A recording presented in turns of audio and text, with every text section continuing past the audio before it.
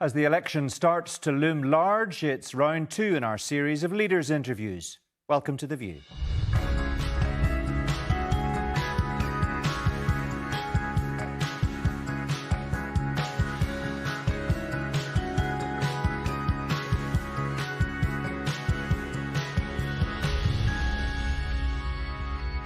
Tonight, the Ulster Unionist leader says his party won't be taking part in any more anti-protocol rallies, but how will that stance fare with the electorate? Doug Beattie is with me in the studio. Also, it's been 2 years since Westminster stepped in and legislated on abortion here, but Stormont still hasn't commissioned services. Jane McCormick has been investigating. I don't envy Brandon Lewis. I think he has been left with a pig in a poke. Although we have managed to treat a significant number of women within the last 2 years, there is still a proportion of women that haven't been able to avail of the service. And with me to share their thoughts on what we're discussing, Professor Deirdre Heenan and the editor of the newsletter, Ben Lowry.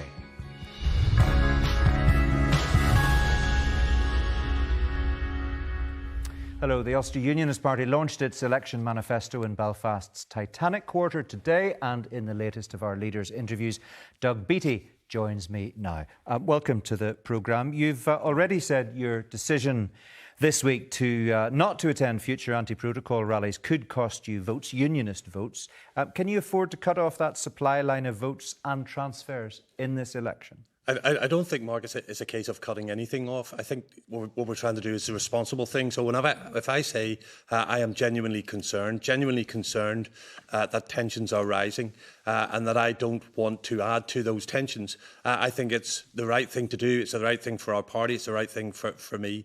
And that's not to slur anybody who wants peaceful protests. But I guess what happened on Friday does show you the sense of direction that we could be travelling if we're not careful. And I suppose a brick through my window is just a pane of glass, but it does show you that tensions are high, and I just want to do what I can to make sure that they don't get any higher. But like other unionists, you are against the protocol. Yeah. You're also against the tactics of the other unionist parties, which support the rallies and collapsing Stormont. My point is that could cost you votes. What's your strategy? Well, people say that could cost me votes. Well, it could do the absolute opposite. People could actually look and say that I'm taking the right approach in regards to this. Remember, I'm not saying that we should stop engaging with people who don't support the protocol. What I'm saying is I don't think the rallies are the best way to do it, especially what we're doing is sticking elected representatives in front of the microphone, speaking down to the people in front of them. There's no engagement at these rallies. It's simply sloganism at these rallies, and I don't think that helps. But if you're going to sit in an Orange Hall, of a community centre or somewhere like that, we can talk and have a two-way conversation about the issues that are pertaining to the protocol, and we can explain in depth what our process and thinking is in order to counter a protocol which is not working, will not work, and we need to replace. I'm confused. If you're confident you're doing the right thing and not attending the rallies, why have you requested a meeting with a group of loyalists in Lurgan who've apparently accused you of isolating yourself from your own constituents and the wider unionist family, individuals who say they're responsible for organising some of these rallies? Yes, and that actually feeds into exactly what I've just said to you. It's not about not engaging, it's about the format of what that engagement is. And I just don't think that these rallies right now, with higher tensions, is the format in which we should engage. Because there's no real engagement from the people at the bottom and the people standing on the podium. It's simply a series of here's lectures. The point. You're the leader of the Ulster Unionist Party. Yeah. You say you want to be First Minister after this election. Yes. Why do you feel the need to explain yourself to these individuals? Well, I'm not explaining to those individuals why I'm not attending the rally. I'm continuing the engagement. So what I said was, and I said this in my statement, is withdrawing from the rallies is not withdrawing from engagement. So I will continue to engage with all of these people, including these individuals, at a different format where there can be proper engagement, where I can set out my stall, they can question me. At these rallies, you simply cannot do that. And I think there's a real issue that we could, and I'm not saying they are, but they could raise tensions, and I can't control what other people are saying on that podium. Your opponents within unionism say you're not a strong enough unionist. You're soft. You've always said I'm liberal, but not on the union. But now your opponents,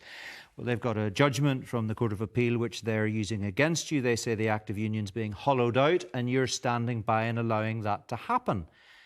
What do you say to that? So what are they doing? What are they doing, Mark? Bend the protocol, full stop. Get rid of the protocol, full stop. What's the plan? What are they doing to actually deal with that issue. You can stand on a podium all you want and you can argue down the microphone and get the cheers and get the applause and try and dodge the boos by saying what people want to hear, not what they need to hear. What I'm saying is there needs to be a plan on how you actually get rid of something that is damaging us here. And that's how you do it. Is through engagement, and I want to do engagement. I don't want to just talk to people with sloganism. I want to engage in a two-way process. But I mean, you're catching yourself potentially between a rock and a hard place here, because you said you might like to appeal to those individuals who think you're doing the right thing by saying you don't want to attend the rallies. You believe the rallies are wrong.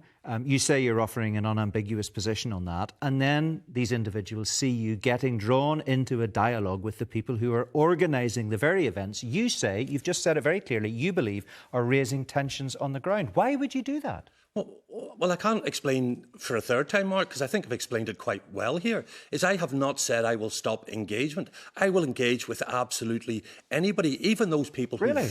Is that a good strategy? You'll engage with absolutely anybody? Of course, even those people who absolutely disagree with me, I have to engage with them. Well, how can you... don't have to. How can you explain your position if you don't engage? But they don't accept your position. I'm sure they're pretty clear what it is. You've outlined it many times. They know precisely what you think about the rallies. They don't agree with you. They wish that you took a different decision. Why do you need to sit down and talk to them? It's engagement, Mark. It's explaining. And things change. Things are continually changing in regards to the protocol. My recent engagements with Mara Sescovic just yesterday and at the start of the month means things have changed, which I can explain to these people. Things are changing on a day-to-day basis. I will engage, and I've always said more engagement, not less. What I am saying is that these rallies, I think, could raise tensions. They're not designed to raise tensions, but I think they could raise tensions either directly or indirectly. OK, last September you posed for pictures up at Stormont with Jeffrey Donaldson, Jim Allister and Billy Hutchinson when the four of you, as leaders of unionist parties, were launching your joint anti-protocol statement at Stormont. That unity has been completely blown out of the water at this stage, hasn't it? Well, it doesn't have to be. The fact is that we're... Well, it is. Well, it doesn't have to be. The fact is that we're all in slightly different lanes, but all believing in the same thing means that we can still carry on. We all see an issue in regards to the protocol. Yeah.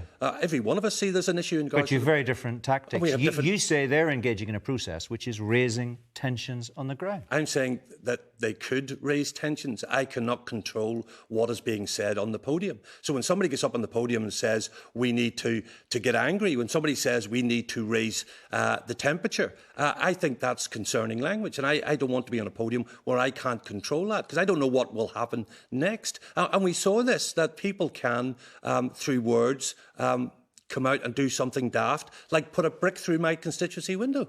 So, just to be clear, was that photograph last year, on reflection, a mistake? No, I don't think it was a mistake. Would you pose for a photograph like that tomorrow? If we have the ability to express what we think we can do, and we have that individuality that we need to be able to express what we believe is good for the party and good for the country, there are simply things that either Jeffrey or Jim believe is right, such as let's collapse Stormont, which I don't think is right. I believe in the Belfast Good Friday Agreement. Yeah. They do not. So they there is differences. absolutely think that it's the right thing to do to collapse the institutions. Yeah. They absolutely think it's the right thing to continue with the rallies. You say you disagree with them on both of those counts. Yeah. Why would you ever pose for a photograph with them again if you want to be seen as Mr. Progressive? Why would I pose with anybody, Mark? There's things where you can stand with people where you have a common goal. And the protocol is a common goal. We don't support the protocol. We've never supported the protocol since as far back as the 2nd of October 2019 when we warned of the protocol. So there are things where we can stand together. Other parties stand together on things that they agree with and don't necessarily go down the same lane. So I don't see why there has to be a difference for unionism to stand together when others can stand together in a similar vein on something slightly different. I suppose people are just trying to work out precisely where you are positioning yourself. Surely the bottom line is, if you try to make the Ulster Unionist Party attractive to everyone, you potentially make it attractive to no one. If you position yourself too close to the DUP and the TUV, you switch off those transfers potentially from Alliance and SDLP voters. Transfers you're going to need if you're going to come back with enough MLAs to be Deputy First Minister or First Minister after the election. But if you move too far out of the shadow of fellow unionists, you risk turning the transfer tap off as well. And I just want to know which option looks more attractive to Doug Beattie at this stage. Right, well, Mark, here's the way this is working now. So if I go anywhere near the DUP, people say Ulster Unionist Party or DUP light, and they use it as a slur. If I do anything progressive, people say I'm the Alliance Party light, and they use it as a slur. Here's the reality is, I will set the vision for the Ulster Unionist Party, which will improve the well-being of the people of I'm just Northern trying to Ireland. understand what that vision is. Well, I'm not clear. Well, it is clear. I think it's very clear because I've made this quite simple, and people will call it a slogan. I'll tell you it's a vision. That's a union of people. We can secure Northern Ireland within the United Kingdom by working for its people, by having its people work together, by putting the economy at the heart of absolutely everything that we do, so that we have jobs, so our young people wake up with a sense of purpose and go to bed at night with a sense of fulfilment. If people are fulfilled, they will want to live in Northern Ireland. If they want to live in Northern Ireland, they will make it work. If they make it work, we will stay and retain our place within the United Kingdom. 5 years ago, we heard a lot about vote Mike, get column. I just wonder if you're tempted at all to play the vote Doug, get column card this time around, or has that appeal to the middle ground gone completely? Vote Doug, get Doug. There's nobody pulling my nose. So not vote Doug, get column. No, but vote Doug, get Doug. No, there's nobody pulling me by the nose here. So Mike Nesbitt was being pulled by the nose? No, there's nobody pulling me by the nose. What I'm saying is I am setting out my stall as the party leader for the Ulster Unionist Party. So you vote for me, you're going to get me. You'll not be getting somebody else who's telling me what to do behind the scenes. So disastrous strategy 5 years ago, because that was the strategy 5 years ago. It was what Mike said 5 years ago. Was it a mistake? Well, I don't know if it was a mistake. Well, I'm asking you. You must know. I don't know whether it was a mistake. You don't know? No, I don't know whether it was a mistake. Maybe there's some people who will think it was maybe too progressive. There were some people says, I wish he hadn't verbalised that. There were some people saying, well, I was going to vote for the SDLP anyway, but I'm not this time because it's been verbalised. Right. That's not the point I'm making. So the point I'm making, Mark, and please don't twist this. It's quite simple. There is nobody telling me which direction I should be going. We are making our own decisions in the Ulster Unionist Party. As a leader, I'm setting the agenda for the party and what we want to do for our people here. And there's nobody behind the scenes telling us what we need to do. Okay. And all I'm trying to do is to try to work out precisely what that strategy is, because it seems you're being pulled in two directions, and I'm just curious to know which way you're leaning towards at the moment. Look, there could be people watching this interview who reckon you are the kind of politician they'd like to see prosper. Maybe unionists who've stayed at home in the past, along with some Alliance and SDLP voters. But then they see you refusing, as you've done in the past, in this very studio with me, to clarify whether or not you'd be prepared to serve alongside a Sinn Féin First Minister. And they think if you're a Democrat, why would you refuse to answer that question? Why would you put those votes at risk, critical votes potentially, by not asking, by not saying, of course you would take up the Deputy First Minister's job if the electorate gives you a leg up in May from 4th place to 2nd place? Yeah, and we've had this discussion before, of course we have, and no doubt I will have this discussion again, and I will put this to you, that there's not a single party who will sit here and tell you what they will do before the election. They will tell you what is happening post-election, because no matter what happens, there will be a negotiation, Mark. So whether I come back in as the largest party, whether I come back in as the largest unionist party to be Deputy First Minister, whether I come back to be able to go into the executive, or whether I can decide to go into opposition. All of this will be done through a negotiation after the election, because we all have things that we want to see to improve this place for the people of Northern Ireland. That's what's going to happen, and people need to understand that. There is not a single politician who's going to set out their stall completely before an election. Okay, and we're no different. But what's interesting is that in the most recent Lucid Talk poll in the Belfast Telegraph, unionists seem to be split down the middle on whether a unionist party should accept the role of Deputy First Minister. 45% said no, but 44% yes. 44% of unionists would support the idea of you going in as Deputy First Minister, but you can't give the clarification that maybe they would like. You don't want to hoover up that 44% of votes. Well, I'm not saying that we wouldn't. I'm not saying that we would. You can't give me a straight answer. Well, no, I can't give you a straight answer. And nobody... Actually, you won't give me a straight answer. No, I can't, because I don't know what the negotiation's going to be. So what happens at the end of the election? We've all returned how many seats we've got, and we sit down to talk about a programme for government. And the programme for government just does not work for us as the Ulster Unionist Party. It does not provide for the very people I want to provide for. So why would I say to myself or to everybody else, I'm going to go in when the programme for government is not good enough for the people of Northern Ireland? Look, maybe I can make it easy for you. Let's take this away from this election, this campaign, discussions about a programme for government, negotiations, and let's talk about principles. Just to be clear, in principle, does nationalism have the right to strive for the First Minister's post in a Northern Ireland executive? Of course they do. Absolutely they do. And you know what? If they are the lead party at the end of the election, that's the position that they will be in.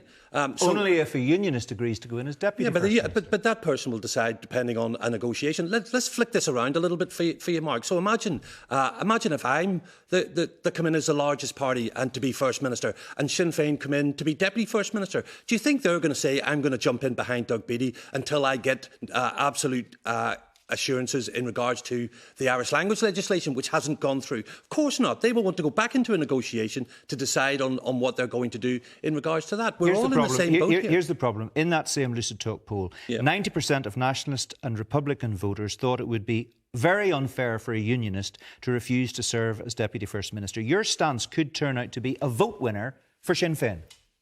It could do, but I'm sitting here saying to you, Mark, that we will stand to win this election. And then after this election, regardless of what happens, we will go into fair and honest and open negotiations. Right, okay. And at the end of those, you've made that clear. Yeah, well, if I keep making it clear, don't keep asking me this. So here's one final question then, just to deal with this before we move on. When you were asked directly on Twitter, on the 22nd of May last year, if you'd serve as Deputy First Minister, if you were to come second in the next Assembly election, why did you reply with a one-word answer, yes?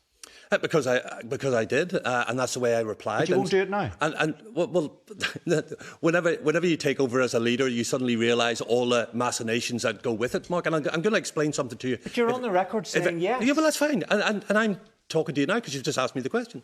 So let me explain something to you. You've changed your mind? No, let me explain something to you. So you go into these negotiations, as I've said time and time. Forget about negotiations. Forget about the negotiations. It was a simple question. On the 22nd of May last year, would you serve as Deputy First Minister? Answer, yes. And then you did that emoji, which means, why are you asking me that question? What's the big surprise in the answer? I ask you the question tonight, and you've spent 5 minutes avoiding answering it. You've asked me the same question over and over again. You haven't given me an answer. No, you haven't given me a straight answer. No, I've given you an answer. You just don't like the answer. As I've said to you, you go into negotiations, and I keep using that word negotiations, and that gives me a position. So you were naive in May of last year when you thought you could answer yes. Call me naive if you want. You explain it to me. Well, then call me naive if you want. I don't mind. Okay. I don't care. But people watching this will see a contradiction. Well, that's fine. Doug Beattie answered yes then. Simple question, simple answer, yes. Same simple question tonight.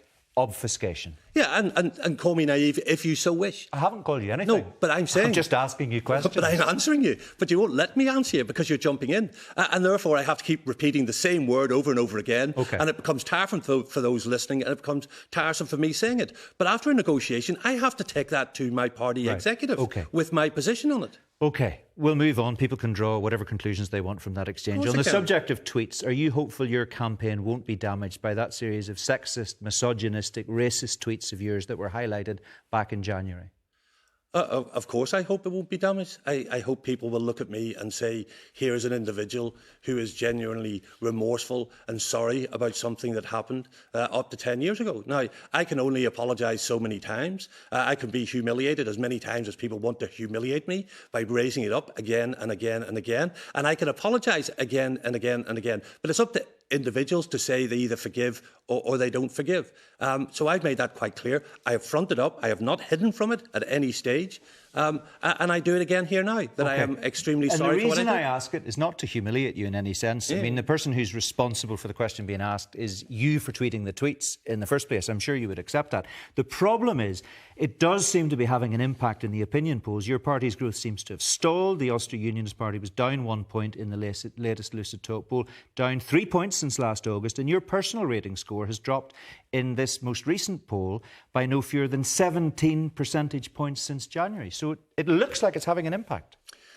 Yes, and if it's had an impact, it's my fault, it's my personal impact, it's something that I did, it's something that I've apologised for, it's something that I have fronted up every single time. I have not hidden away from it. Others may well hide away from it. I have not. So it may well affect it. But I keep saying this to you. It's up to others whether they can forgive Doug Beattie for what he did 10 years ago or not. I can't keep apologising other than what I'm doing here now. OK, just finally, if you can't make hay when the DUP is under pressure, as it clearly is at the moment, you are in trouble. One of your candidates said today at the manifesto launch, this is the most important election the Ulster Unionist Party has ever fought. What if you fail? Yes, I mean, trust me, this is a heavy burden which I carry, and leadership is a heavy burden to carry. And every single election we go into, the Ulster Unionist Party has to fight it with one hand tied behind our backs because of what was done at St Andrews. And we fight an election with that hand behind our back every single time. And there was the ability to change that as late as this year, and nobody took that chance to change that. So we will fight this election with one hand behind our back. We'll fight it as hard as we can, and we will make gains. I am absolutely convinced of that. In fact, I think we can overturn this because we are doing what is right for the country. We're not just telling them what they want to hear, we're telling them what they need to hear. What I want them to do now is look at hope, not fear, and come out and vote for the Ulster Unionist Party. Well, we'll see what happens in due course. 5 weeks to go. Interesting to hear your thoughts tonight, Doug Beattie. Thank you very much indeed for coming in to join us. Let's hear what Deirdre Heenan and Ben Lowry make of what we've just heard. Welcome to both of you. Thanks for joining us on the programme tonight. Deirdre, what did you make of Doug Beattie's defence of the Ulster Unionist position going into this election? He's ambitious. He admits it's a heavy burden that he's carrying. Did he persuade you? Well, I think Doug looked deeply uncomfortable because he was trying to defend what is essentially a bundle of contradictions. He's almost like that fork in the road. On the one hand, he wants to go down the road that is less travelled for unionism, progressive, liberal, forward-thinking, but he is constantly looking over his shoulder at the DUP and the TUV and seeing what they are doing and thinking, well, maybe I could be in danger if I go down this road. So he hasn't really decided where he is landing and staying in that place. And I think his problem is really inconsistency. So on the one hand, he's saying he's liberal and progressive, but on the other hand, yes, he did share a platform with people that he's decided he no longer wants to share the platform with, that he has had mixed messages about the protocol. If he wanted to put clear blue water between himself and the DUP, for example, he would have referred to the DUP protocol and made it clear that they own this particular mess. But he really hasn't, because he seems to be afraid to actually make the differentiation between his brand of unionism and the DUP's brand of unionism. And it seems to me he is in a difficult position because people who view themselves as liberal unionists will find a natural home in the Alliance Party. So how can he, on the one hand, try to attract those people who have gone to the Alliance Party and still find that he is not taking flack from the right wing of the unionist family? I think he has to stand up to it. He has to say, this is my position. I'm sorry if you don't like it, and stay there. The difficulty is he's oscillating all over the place, and it's very hard to make sense of where his position actually is. Ben, do you think Doug Beattie marked out the Ulster Unionist Party's unique position in a crowded unionist field? Well, I would have quite a similar analysis to Deirdre, but with a more charitable slant, which is that it did seem somewhat confused because the position that the Ulster Unionist Party is in is a very difficult one, which is that it is trying to get votes from Alliance, but it's also a unionist party. Where I don't agree with Deirdre is I don't think it's right to say looking over the shoulder at the DUP and the TUV as if it's just sort of wondering where the most votes are. Ulster Unionists really do, I know many of them, I talk to many of them, I've reported on many of them. They really do believe these things. They really do believe that the protocol is wrong. They really do believe that legacy having turned against the security forces who's prevented civil war is an outrage and so on. But they don't like the unionism, the more sort of flag-waving unionism, and they are not Alliance. And that's quite a difficult position to be in because the Alliance Party, as we know, has been rising significantly. I mean, it used to regularly have votes in under 10%. It's now often heading towards 20%, and it's getting votes from nationalism too. So that is a difficult position to navigate. I think another thing that came out of the interview is that Doug Beattie is new to politics, and I think perhaps some things that he says, such as the very emphatic answer, could be described as naive, and it might well be that people warm to that they warm to the candour, that they warm to the openness, that they warm to the difference, and so on. Do they want their political leaders to be naive? I mean, I didn't say naive. That was Doug Beattie's choice of language. Well, I'm saying as a commentator that I think that perhaps that answer I'm saying was somewhat naive, and I think that because it was naive if you were going to go back on it. That's my point. And on the answer on, but it might well be that people think that is a new approach to politics, and they like it. Okay. And there's one last thing. There's a very large pool of people, particularly in the east of Northern Ireland, who are small U unionists, and they don't really like unionism, and who in a border poll will probably vote for the union. And getting those votes is a lot of them don't vote. There's a huge pool of people. Getting those votes is a very tricky thing.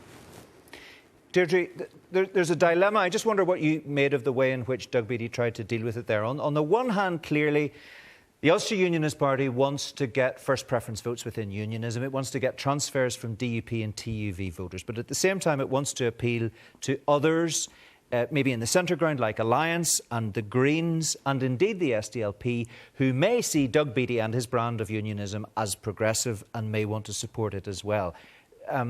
Those are two quite different horses to try to ride at the same time. Well, I think that's the difficulty. You cannot ride two horses at once. You have to decide where you are and stick with it. So the kind of mental gymnastics that we were listening to around whether or not they would serve under a Sinn Féin First Minister, frankly, sounds ludicrous. I mean, you're already in government with Sinn Féin. You're a Democrat. You accept the democratic will of the people, and just a Liberal would, of course, accept that. So why say these type of things? People just want to hear, are you progressive? Are you truly Liberal? Can you really present something that's positive? So when Doug Beattie says he can't answer that question, not that he won't, he says he can't answer that question because he's got to go through a process of negotiation and he couldn't possibly answer that question honestly at this stage. You're saying you just don't buy that? Well, of course he can answer it. Can you answer that you would accept the democratic will of the people, that you're a Democrat and you believe in devolution and you will serve under a Sinn Féin First Minister if that's what the people decide? Of course you can decide that. In the same way you can decide to be part of the executive today, you can decide to be part of government and not be part of government. I don't understand why it's so difficult, and I think most people the reason wouldn't is understand. If he does do that, if he does pick a lane and that's the lane that he picks,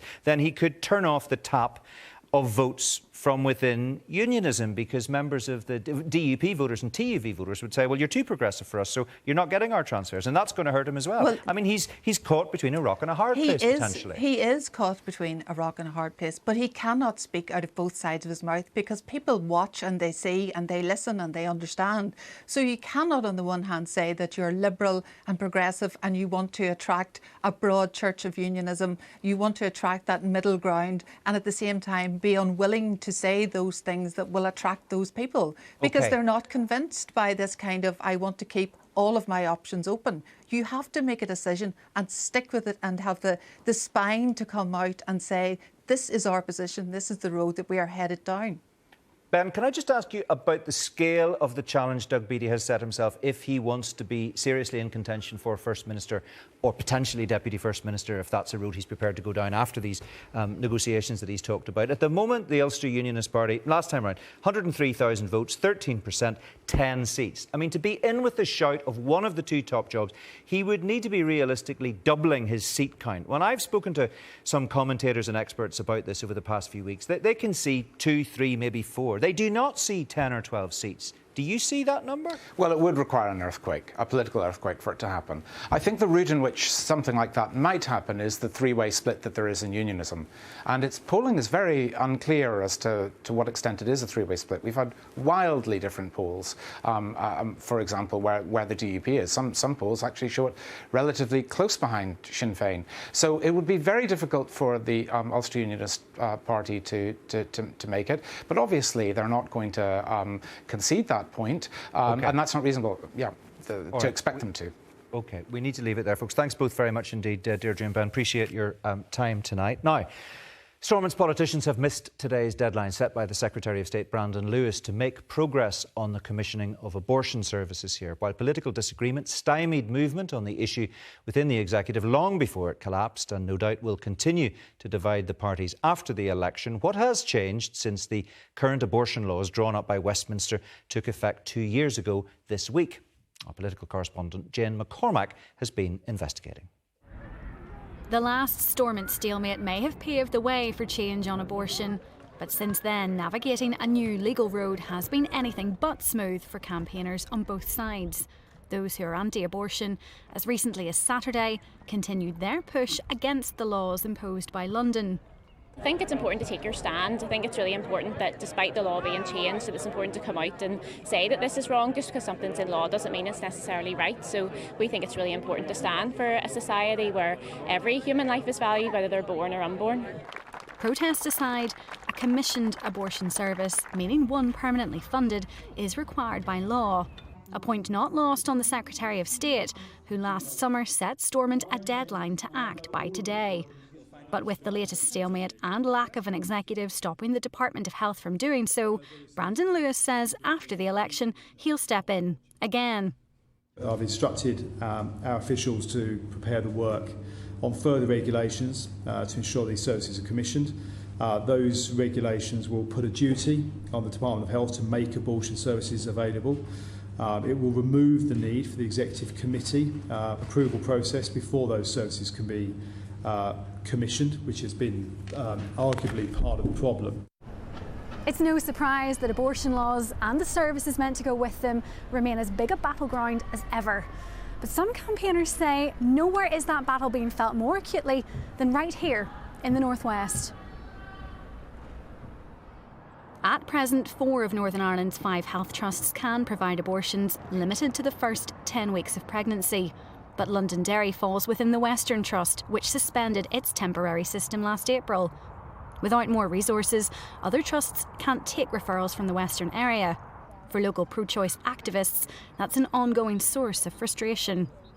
It's really disheartening to have got to a point where we have no access at all, where people don't know where to go or who to turn to, or are again considering travelling to England during a pandemic.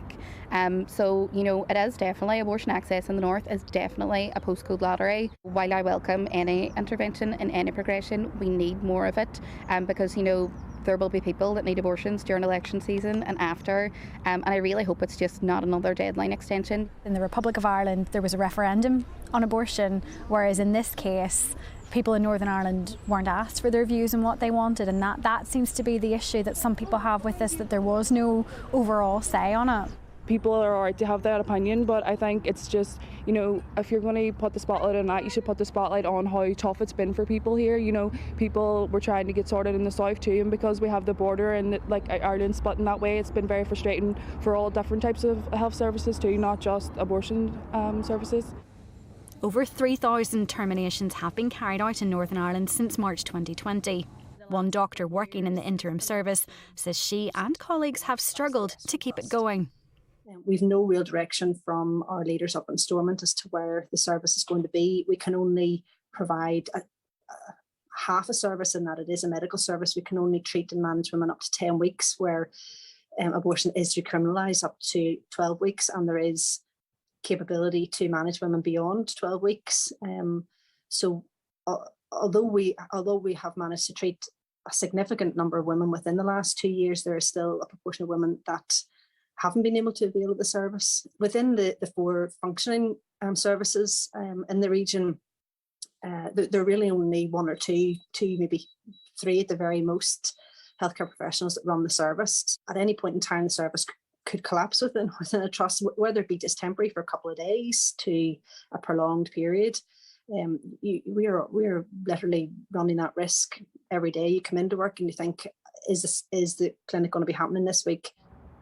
But not everyone in the medical profession supports the service. Among them, a County Antrim GP who also feels strongly about last week's move at Stormont to ban anti-abortion protests outside health settings. This is legislation which is absolutely not necessary. Existing legislation is more than adequate to cover this. I've been at a number of these witnesses. I've been outside abortion clinics, and I have not personally witnessed any events which are in any way undignified or the way these are portrayed. There are people there who are quiet, who are in silent prayer, who are offering support. But what about evidence that we heard from health workers who gave evidence to the Stormont Health Committee last year, talking about how they had witnessed staff harassed outside clinics? I mean, surely as a healthcare professional yourself, you can't support that. Yeah, these are very emotive things. Like I say, I have not personally witnessed these events, so we have these people's words that they have been harassed. And no doubt there are some elements on both sides of the fence who are very vocal and very verbal. What would your message be to Brandon Lewis, because as it stands, he is the person with the powers and plans to take more powers when it comes to abortion, potentially in the next few months. I don't envy Brandon Lewis. I think he has been left with a pig in a poke. He has a difficult job to try and keep everybody happy and keep nobody happy in Northern Ireland. Brandon Lewis's stance has already been contested in court, with separate challenges from human rights campaigners and anti-abortion groups. The Society for the Protection of Unborn Children soon plans to appeal its case, but will involving more judges clear up the situation or confuse it? Parliament in Westminster has made it very clear that abortion should be available in Northern Ireland just as it is in other parts of the United Kingdom and indeed in the Republic. And the judges will uphold the law. Whether they can achieve what's necessary to enable abortion services to proceed in Northern Ireland as in other parts of the United Kingdom depends on the practicalities. But I don't think that the judges will shy away from enforcing the law. Whether it's upholding, protesting or implementing abortion laws, finding a path to compromise still appears far off. Jane McCormack reporting. Ben and Deirdre are still here for a final thought. Deirdre, abortion and indeed the Irish language remain two issues that haven't as yet been resolved. Do you expect them to form part of a negotiation process on the other side of the election? I think they will, and I think again it shows the deep frustration that people have with our Stormont government.